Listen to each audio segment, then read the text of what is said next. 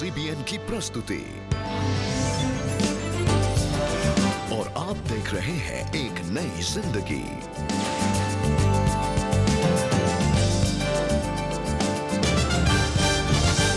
नमस्कार दोस्तों, एक नई जिंदगी में आपका स्वागत है। Thank you for joining us this morning. Good morning friends and a very warm welcome to एक नई जिंदगी। दोस्तों, आज हम लेकर आए हैं हमारा खास रीजनल एक नई जिंदगी एपिसोड। और राहुल और मुझे देखकर तो आपने पहचान ही लिया होगा कि आज हम आपको कहाँ ले जा रहे हैं। दोस्तों, आज हम आपको नेपाल ले जा रहे हैं। आज हम नेपाली भाषा में सुनेंगे सच्ची कहानियाँ और नेपाली भाषा में हम गीत सुनेंगे।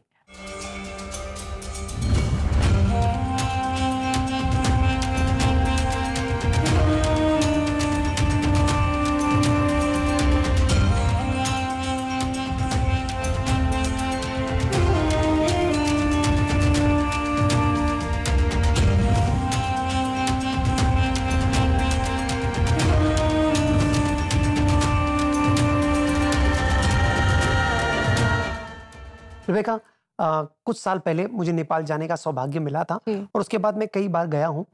और पोखरा नाम की एक जगह है जो बहुत ही खूबसूरत है। बहुत सारे लोग वहाँ पर टूरिस्ट आते हैं। और मुझे याद है एक दिन मैं खिड़की से सुबह देख रहा था और मैंने माउंट एवरेस्ट के पीक को देखा। It was so beautiful। परमेश्वर ने इतना ब्लेस किया है नेचुरल जो निसर्ग में है उससे, चाहे वो पहाड़ है, झरने हैं, नदियां हैं, लोग हैं, बड़े प्यारे लोग हैं। I have enjoyed visiting Nepal every time. जी, इनफैक्ट जब हम नेपाल जाते हैं तो लगता नहीं है कि हम किसी और देश में आए हैं। ऐसे लगता है कि it's an extension of our own country. In fact आप कह रहे हैं ना, ये बात बिल्कुल सही है। हमारे देश में भी बहुत सारे हमारे नेपाली भाई बहन हैं जो हमारे भारत भर में बसते हैं। And this episode is dedicated to you friends. Yes indeed. और आशा करते हैं कि जो हमारे नेपाली भाई बहन हैं खास आज के प्रोग्राम से बहुत आशीष पाएंगे। जी, और आइए दोस्तों, आगे बढ़ते हुए आज हम आपकी मुलाकात कराएं थुरबा जोशुआ सौतन से, जिनका जन्म कुछ खास परिवार में नहीं हुआ, जिसके कारण वो अलग तरीके से देखे जाने लगे। ये सिलसिला कब तक चला और कैसे इसका अंत हुआ, कैसे उन्होंने एक नई शुरुआत पाई, आइए इनके जीवन में हम झांके और इनकी सच्ची कहानी हम देखें। आइए इनसे हम मुलाकात करें। देखिए, मेरा जो बचपन था वो बहुत ही चुनौतियों से भरा हुआ था। मैं कचरा बीनता था और हम झुग्गी बस्ती में रहते थे। मेरे माता पिता ने परिवार चलाने में बहुत संघर्ष किया। मैं कचरा बीनने से जो रुपए भी कमाता था उसी से अपने स्कूल की फीस भरता था। स्कूल में बाकी लड़के मेरे साथ अच्छा बर्ताव करते थे क्योंकि उनको नहीं पता था कि मैं कचरा बीनने वाला हूँ। पर जब उन्हें इस बात का पता चला, वो मेरे साथ अलग तरह का बर्ताव करने लगे। उन्होंने मेरे साथ अपने नोट्स बांटने बंद कर दिए। कभी कभार वो मुझे मारा करते। वो मेरे बारे में भला बुरा बोलते, हम तुम्हारे दोस्त नहीं बने रहना चाहते, तुमसे बदबू आती है, हमसे दूर रहो। इस तरह से वो मुझे ताना मारा करते थे। मैं बहुत उदास रहने लगा और मुझे ठेस पहुंची। मैं अकेले बैठा करता और रोता रहता क्योंकि मैं खुद को एकदम अकेला महसूस करता। मैं आगे पढ़ नहीं पाया क्योंकि मुझे शर्मिंदगी महसूस हुई। मैं पहली क्लास से लेकर 8वीं क्लास तक अव्वल आता था, पर ऐसे हालातों की वजह से मुझे स्कूल छोड़ना पड़ा। एक दिन मैं कचरा बीन रहा था, तभी एक आदमी मेरे पास आया और मुझसे पूछा कि क्या मुझे हिंदी पढ़नी आती है। मैंने कहा हाँ, मैं पढ़ सकता हूँ। उसने मुझे एक कागज दिया और उसमें लिखा था, वो शायद भूल भी जाए, मैं तुम्हें नहीं भूलूंगा। फिर एक आंटी ने मुझे उस कागज को फेंक देने को कहा और मैंने उसे फेंक दिया, पर मुझे अच्छा नहीं लगा तो मैंने उसे उठा लिया और अपने पास रख लिया। उसके बाद हर रात जब मैं सोने जाता, मैं खुद से पूछता रहता, मेरे माता पिता दोनों मुझे प्यार करते हैं, ये तीसरा शख्स कौन है जो मुझे प्यार करता है, जिसने ये भी कहा कि उसने मेरा नाम अपनी हथेली पर गुदवा लिया है। मैं सोचता रहा कि वो शख्स आखिर है कौन। मेरे इलाके के पास एक असेंबली ऑफ गॉड चर्च था। संडे का दिन था और मैं लोगों को गाते हुए सुन पा रहा था। जब मैंने उनको गाते हुए सुना, ऐसा लगा कि मुझे जाना चाहिए, तो मैंने जाने का फैसला किया। मैं एक आंटी से मिला जिनका नाम सारू था। उन्होंने मेरा स्वागत किया। जैसे ही मैं बैठा, पास्टर नवीन करथक उन्होंने यशायाह 49:15-16 पढ़ा। संभव है कोई स्त्री अपनी संतान को भूल जाए, परंतु मैं तुमको नहीं भूल सकता हूं। देखो जरा, मैंने अपनी हथेली पर तेरा नाम गोद लिया है। मैं सदा तेरे विषय में सोचा करता हूं। उसको सुनने के बाद मैंने पूरे मन और आत्मा से प्रार्थना की, अगर आप असली प्रभु हो तो मेरी जिंदगी बदल दो। उस रात जब मैं सोने गया, मुझे बहुत सुकून महसूस हुआ और मुझे लगा कि जैसे मैंने सच में प्रभु को ढूंढ लिया है। फिर उसके बाद धीरे धीरे मैंने कुछ दिनों के लिए शराब की दुकान पर काम करना शुरू किया। फिर मैंने 10 दिनों के लिए चाय की दुकान पर काम किया। फिर मैंने एक कपड़े की दुकान पर काम करना शुरू किया और उसके बाद मैंने एक दवाई की दुकान पर काम किया। मुझे दवाई की दुकान पर काम करना अच्छा लगा और एक दिन उस दुकान के अंकल ने कहा, मैंने गौर किया कि तुम पढ़ना चाहते हो तो जाओ और पढ़ो। तो मैं वापस स्कूल चला गया और इस तरह से मैंने फिर से पढ़ना शुरू किया। फिर धीरे धीरे उसके बाद मैंने प्रभु के अनुग्रह और आशीर्वाद को बढ़ते हुए देखा। याकूब की किताब 3:17 कहती है, पर जो ज्ञान ऊपर से आता है वो पहले तो पवित्र होता है। और मैंने उसे अपनी जिंदगी में होते हुए देखा। इंसान हमेशा चुनौतियों का सामना करेगा, पर जो भी प्रभु में है वो हमेशा उनका आशीष पाएगा। देखिए, जब मैं मिशन ऑफिस में एक ड्राइवर के तौर पर काम कर रहा था तो मैं कोई और नौकरी करना चाहता था और इसीलिए मैंने एक बैंक में नौकरी के लिए अप्लाई किया। मुझे वो नौकरी मिल गई और मैं पिछले 9 साल से इस बैंक में काम कर रहा हूँ और मुझे पता है कि ये प्रभु का ही आशीर्वाद है मेरी जिंदगी में। जैसे जैसे मुझे प्रभु का आशीर्वाद मिलता रहा, मेरे लिए जो कुछ भी नामुमकिन था वो प्रभु के लिए मुमकिन था। उन्होंने मेरी नाउम्मीद भरी जिंदगी को पूरी तरह से बदल कर रख दिया और मुझे एक नई उम्मीद दी। एक लड़का जो दूसरों की नजर में बिल्कुल बेकार और निकम्मा दिख रहा था, प्रभु ने उसे एक नया मकसद और शुरुआत दी। कोई भी मुझे अपने आसपास नहीं चाहता था। प्रभु ने मुझे मेरी मर्यादा और सम्मान वापस लौटाया। सबसे पहली प्रार्थना जो मैंने प्रभु के लिए की, अगर आप सच्चे प्रभु हो तो कृपया मेरी जिंदगी को बदल दो। सच में न ही पास्टर और न ही चर्च ने मेरी जिंदगी बदली, बल्कि एक शख्स जिसने मेरी जिंदगी बदली वो थे प्रभु। वो जीवित प्रभु हैं। हर चीज जो मेरे लिए नामुमकिन थी, उन्होंने ही मेरे लिए उसे मुमकिन किया। सब चीजों के लिए मैं प्रभु का आभारी हूँ। थैंक यू वेरी मच थुरबा जी, आपने अपनी कहानी हमारे साथ शेयर की एंड इट्स सो वंडरफुल। जिस तरह से आपने प्रभु यीशु मसीह को जाना, वो फ्लायर जो आपको मिला और जहाँ आपने पढ़ा और आपने जाना that there is someone who loves you and that is the Lord Jesus Christ, और आपने उनके प्रेम को अपने जीवन में रिसीव किया और प्रभु यीशु मसीह में आपने अपनी सही पहचान को जाना। यस, बहुत खूबसूरत कहानी है रेबेका इनकी। जब मैं सुन रहा था इनको तो कैसे परमेश्वर हमें फर्श से उठाता है और अर्श पर ले जाता है। परमेश्वर है जो हमारे जीवन को पूरी तरह से बदल देता है। आज बात कर रहे हैं हम न्यू आइडेंटिटी की। ये कितना सच है, इनकी कहानी से दिखता है कि परमेश्वर हमें एक नई पहचान देता है। जी। दोस्तों, आज हम देख रहे हैं न्यू आइडेंटिटी के बारे में। न्यू बिगनिंग्स में परमेश्वर हमें एक नई पहचान देता है। अक्सर आपके साथ ऐसा हुआ होगा कि आप कोई शादी में गए और वहां पर दूर से रिश्तेदार आए हैं, दूर दूर के रिश्तेदार, और अचानक से आपने देखा किसी को और सोचा कि ये तो इतना छोटा सा हुआ करता था, अब ये इतना बड़ा हो गया है। अक्सर ऐसा होता है कि हम पहचान नहीं पाते, ये व्यक्ति पूरी तरह से बदल गया है, ये पहले काफी बिग साइज था, रिड्यूस हुआ है वगैरह वगैरह। हम लोगों में बहुत चेंजेस देखते हैं, सडन चेंजेस, क्योंकि हम बहुत समय के बाद देख रहे हैं। दोस्तों, क्या आप जानते हैं कि शास्त्र में एक किताब है द बुक ऑफ एक्ट्स, प्रेरितों का किताब जिसे हम कहते हैं, और करीब करीब हर अध्याय में आप देखते हैं रैपिड चेंज, एक नई आइडेंटिटी में परमेश्वर के लोग देखे जाते हैं। यीशु के शिष्यों को ही देख लो, इनकी पहचान क्या थी? ये बड़े मामूली लोग थे, बड़े साधारण लोग थे। ये कुछ मछुआरे थे, कुछ चुंगी लेने वाले थे, ज्यादा पढ़े लिखे नहीं थे, इनफैक्ट इनको कोई इम्पोर्टेंस नहीं दे रहा था। और ऐसों को यीशु ने अपने शिष्य बनाए। और फिर पेंतिकोस्त का दिन आता है। पेंतिकोस्त के पहले ये छिपे हैं, ये डरे हुए हैं, ये कंफ्यूज्ड है, ये नहीं जानते इनके साथ क्या होने वाला है। लेकिन जब पेंतिकोस्त का दिन आता है और पवित्र आत्मा आता है, इनको एक न्यू आइडेंटिटी मिलता है। देखिए शास्त्र इनके बारे में क्या कहता है। प्रेरितों का 4वां अध्याय और 13वां वचन, Acts chapter 4 verse 13। Acts chapter 4 verse 13 says, पतरस तथा यूहन्ना का यह साहस देख और यह जानकर कि वे दोनों अनपढ़ और साधारण व्यक्ति हैं, वे चकित रह गए। उन्हें धीरे धीरे यह याद आया कि ये वे हैं जो मसीह यीशु के साथ रहे हैं। कितनी खूबसूरत बात है ना दोस्तों। ये वो लड़के थे जो अनपढ़ थे, जो गंवार थे, जो बिल्कुल साधारण थे, लेकिन फिर उन्हें पता चला कि ये व्यक्ति यीशु के साथ रहे हैं और पवित्र आत्मा आने के बाद इन्हें बिल्कुल एक नई पहचान मिली। ये साहसी हो गए, ये बोल्ड हो गए।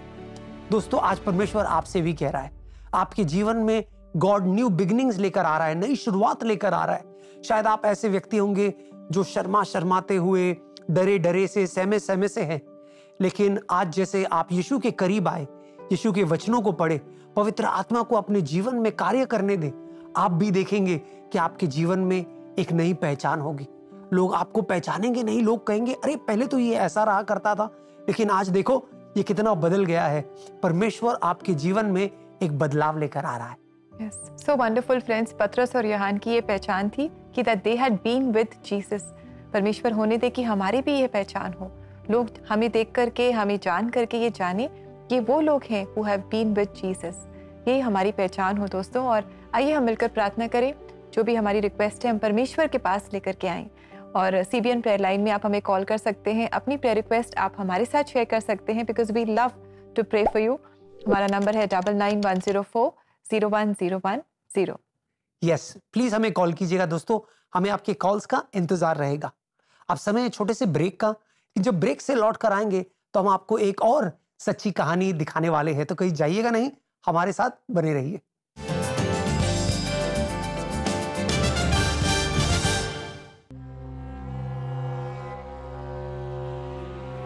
हम एक नया कदम ले रहे हैं आपके प्रिय कार्यक्रम को और लोकप्रिय बनाने के लिए।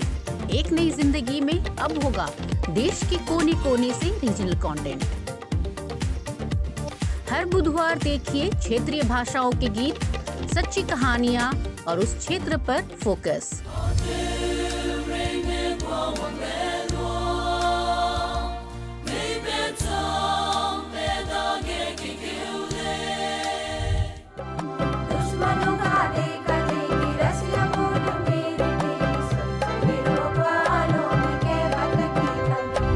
तो 9 लड़कियों से हमने शुरू किया था। आज करगिल की लड़कियों को पीछा करना, मात करना भी मुश्किल हो गया है।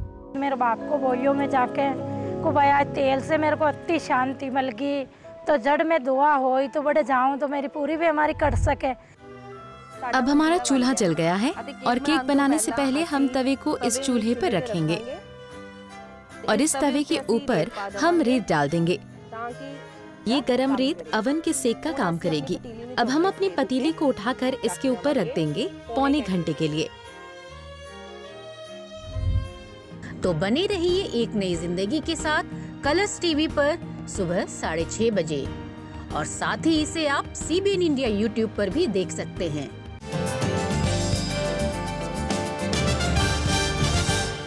वेलकम बैक दोस्तों। आज एक नई जिंदगी प्रोग्राम में हमारा रीजन ऑफ फोकस है नेपाल और हम खास नेपाली भाषा में गीत और सच्ची कहानी सुन रहे हैं और जान रहे हैं कि परमेश्वर में हमारी सही पहचान क्या है। यस, रेबेका, बात नेपाल की हो रही है। बहुत करीबी रिश्ता है भारत और नेपाल का जी।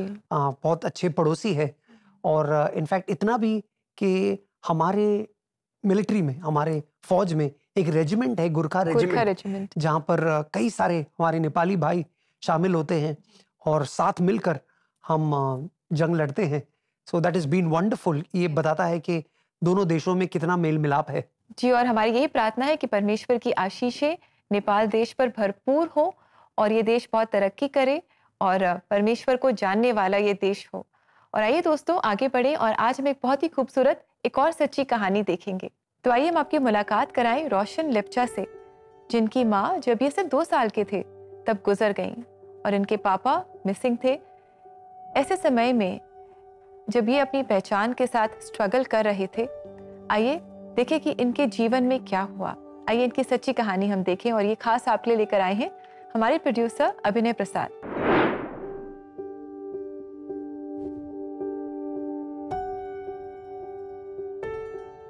मेरा नाम रोशन है और मैं कालिम्पोंग से हूँ। मुझे अपना बचपन याद नहीं, पर मेरे रिश्तेदार कहते हैं कि जब मैं सिर्फ 2 साल का था तब मेरी माँ चल बसी और उस दौरान मेरे पिताजी ने भी मुझे छोड़ दिया था। धीरे धीरे मुझे ये एहसास हुआ कि मेरे माँ बाप नहीं हैं, और जब मैं दूसरे बच्चों को उनके माँ बाप के साथ देखता तो मुझे अपने माँ बाप की कमी खलती। मैं अक्सर सोचा करता कि काश मेरे माँ बाप भी मेरे साथ होते। मैं अपने कजन के साथ उसी घर में पला बढ़ा था। मुझे याद है मैं कोने में बैठा करता था और उसे उसकी माँ का दूध पीते हुए देखा करता। ऐसी चीजें देखकर एक सवाल मेरे मन को बहुत खाता था कि मेरे माँ बाप कहाँ हैं? मुझे उनका प्यार और गर्मजोशी कभी नहीं मिली। अगर मेरे माँ बाप मेरे साथ होते, मैं भी उनकी गोद में आराम से बैठा होता। मैं अपने माँ बाप को चढ़ा रहा होता, साथ में खेल रहा होता और हंस रहा होता। मैंने अपनी माँ की मुस्कुराहट को खोया और साथ ही मुझे तो ये भी नहीं पता कि वो दिखती कैसी थीं। अगर मेरे माँ बाप मेरे साथ होते तो मैं उन्हें अपनी भावनाओं को बांटता और कहता कि मुझे कैसा लगा। वो मेरा साथ देते और उनका साथ होने से मैं जिंदगी में आगे बढ़ गया होता। जितना ज्यादा मैं इन चीजों को समझने लगा, उतना ही मैं कठोर बनता चला गया। मेरी खुद की जरूरतों को मैं दूसरों के सामने जाहिर नहीं कर पाया। मैंने सब कुछ अपने अंदर ही उड़ेल लिया और बेहद उदासी में चला गया। मैं रात में अपने बिस्तर से उठता और नींद में चलना शुरू कर देता। मुझे कुछ याद नहीं रहता। डर ने मुझे जकड़ लिया था और सताना शुरू कर दिया। ऐसा कोई नहीं दिखा जिस पर मैं भरोसा कर सकूं। तो मैं शराब पीने लगा और उसकी लत में बुरी तरह से फंस चुका था। अपनी जिंदगी में एक समय के बाद मैंने सोचना शुरू किया कि मैं कैसे इस उदासी से और इस गंदगी से बाहर निकलूं। मुझे एहसास होना शुरू हुआ कि मैं एक विश्वासी हूं। मैं चर्च जाया करता, मैं चर्च में सक्रिय था। 2013 में मैं एक फैमिली प्रेयर में था और जब मैं प्रार्थना कर रहा था, किसी चीज ने आकर मुझे छुआ। उसने मेरे दिल की गहराई को छुआ और मेरे मन के बंद दरवाजे मानो एकदम ढीले पड़ गए।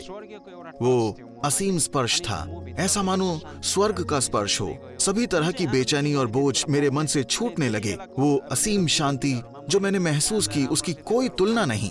जब मैं शराब पीता था तो मुझे परम आनंद होता था, पर यह आनंद जो ऊपर और उसके पार से आया, जिसे मैंने अपनी जिंदगी में पहले कभी भी महसूस नहीं किया, उसने मेरे सभी दुखों को पूरी तरह से भुला दिया। फिर मैंने महसूस किया कि ये प्रभु का आनंद है। उसने मेरे मन को भर दिया और अब वो बह रहा है। मैंने उनकी उपस्थिति को 3 से 4 दिनों के लिए महसूस किया और अनुभव किया। वो मुझे आगोश में लेते रहे। मैं जहां भी गया तो मैंने उस आनंद को हर जगह महसूस किया। प्रभु ने मेरे जीवन में अपना अनुग्रह दिखाया। प्रभु ने मुझसे कहा, शुरुआत से और अभी तक मैं ही इकलौता हूँ जो तुम्हें तुम्हारी माँ और बाप के रूप में राह दिखा रहा हूँ। तुम मुझ में सब कुछ ढूंढ सकते हो। मैं तुम्हें वो आनंद दूंगा जिसकी तुम्हें तलाश है। जो भी तुम्हें चाहिए मेरे पास है। मुझे ये अनुग्रह प्रभु से मिला।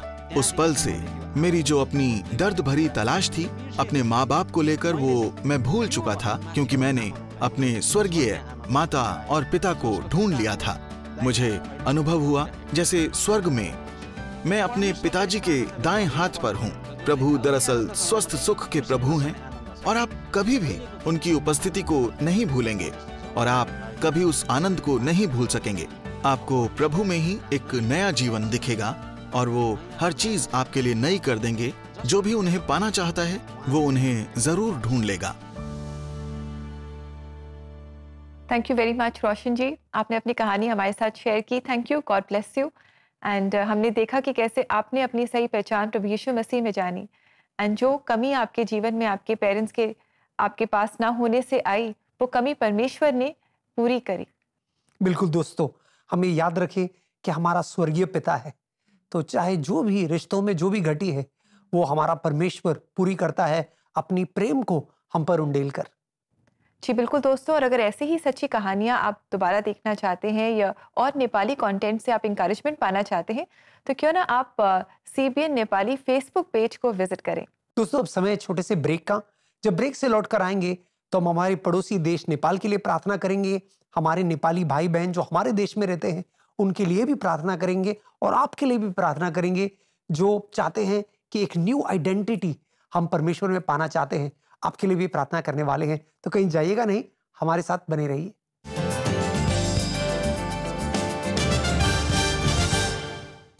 दोस्तों, क्या आपको दूसरों के लिए प्रार्थना करना अच्छा लगता है?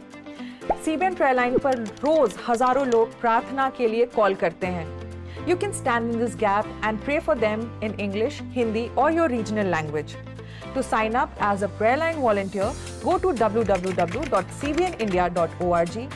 Click on Connect with us. In the drop-down, register for prayer line volunteer. Remember, prayer can move the hands of one who moves the universe.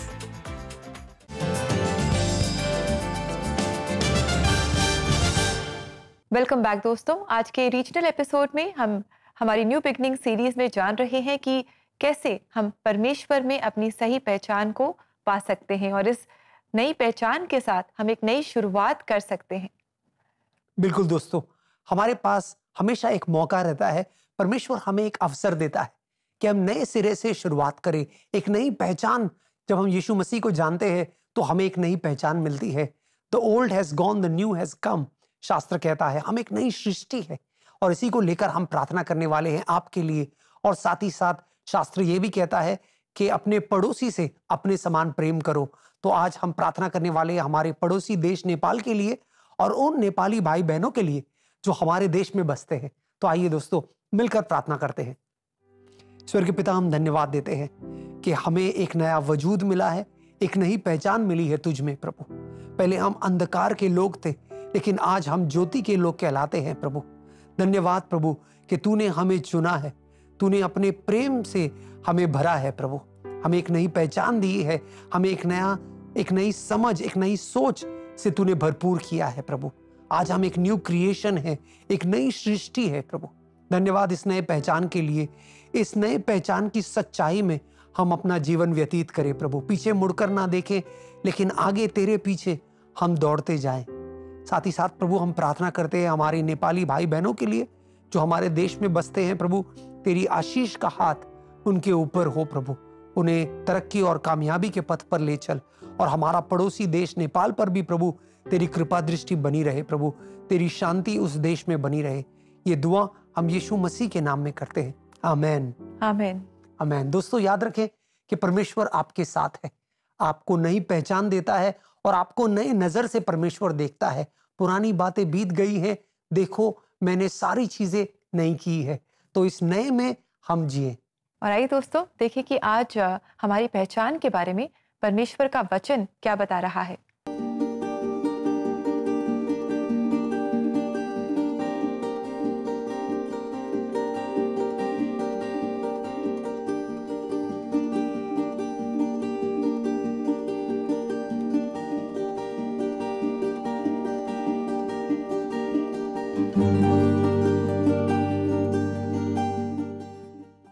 दोस्तों ये बहुत ही खूबसूरत वचन है और बहुत ही साधारण सिंपल वचन है जो हमें कहता है that all who received him, all who believed in his name, he gave them the right to become the children of God। बहुत ही साधारण तरीके से परमेश्वर हमसे कहते हैं कि जब हम प्रभु यीशु मसीह को अपने जीवन में रिसीव कर लेते हैं, जब हम उन पर विश्वास करते हैं तो हम परमेश्वर की संतान बन जाते हैं और फिर यही हमारी सही पहचान होती है। यस दोस्तों, ये हमारी पहचान है कि हम परमेश्वर के संतान हैं। इस आइडेंटिटी को हम कभी ना भूलें। दोस्तों हम उम्मीद करते हैं हमारे आज के प्रोग्राम से आप बहुत प्रोत्साहन पाए हैं। नेपाली लोगों से मिले हम, रोशन और दुर्बा की खूबसूरत कहानियों को हमने देखा कि कैसे जीवन परिवर्तित करता है परमेश्वर हमारा। तो इस बात को याद रखें दोस्तों। इन कहानियों को अगर आप नेपाली भाषा में देखना चाहते हैं तो बड़ा आसान है, आप हमारे CBN इंडिया यूट्यूब चैनल पर जा सकते हैं और इन्हें उस ओरिजिनल लैंग्वेज में आप इन कहानियों को देख सकते हैं। और दोस्तों इसी के साथ इट्स टाइम टू से गुड बाय टू यू। और जाते जाते आज हम एक बहुत ही खूबसूरत नेपाली गीत सुनेंगे और ये गीत है सत्य सुंदर सिद्ध मानस। ये हमारे लिए गा रही है मैकफार्लेन मेमोरियल चर्च की क्वायर और आशा करते हैं कि आप सब इस गीत को एंजॉय करेंगे और खास जो हमारे नेपाली भाई बहन हैं वो इस गीत से भी आशीष पाएंगे। यस दोस्तों, ये गीत जो है ये हमारे प्रोड्यूसर अभिनय प्रसाद आपके लिए खास लेकर आए हैं। तो until tomorrow friends, have a lovely blessed day. God bless you. कल आपसे फिर मुलाकात करेंगे। God bless you. Take care friends. God bless you.